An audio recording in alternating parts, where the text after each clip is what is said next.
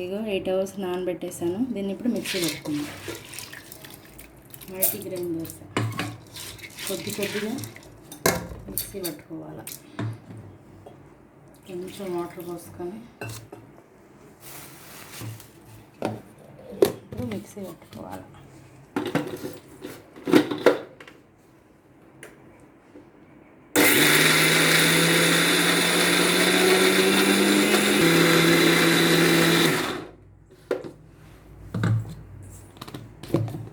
ఇదిగో ఇలా ఫైన్గా పేస్ట్ చేసుకోవాలి, బాగా మెత్తగా.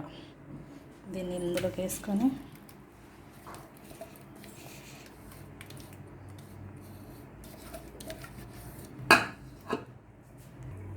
మళ్ళీ మిగతావి గ్రైండ్ చేసుకోవాలి.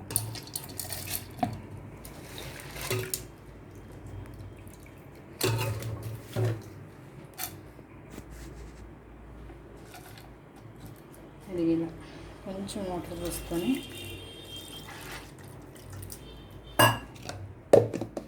మళ్ళీ చేసుకోవాలి, మెత్తగా పేస్ట్ చేసుకోవాలి. అంతే.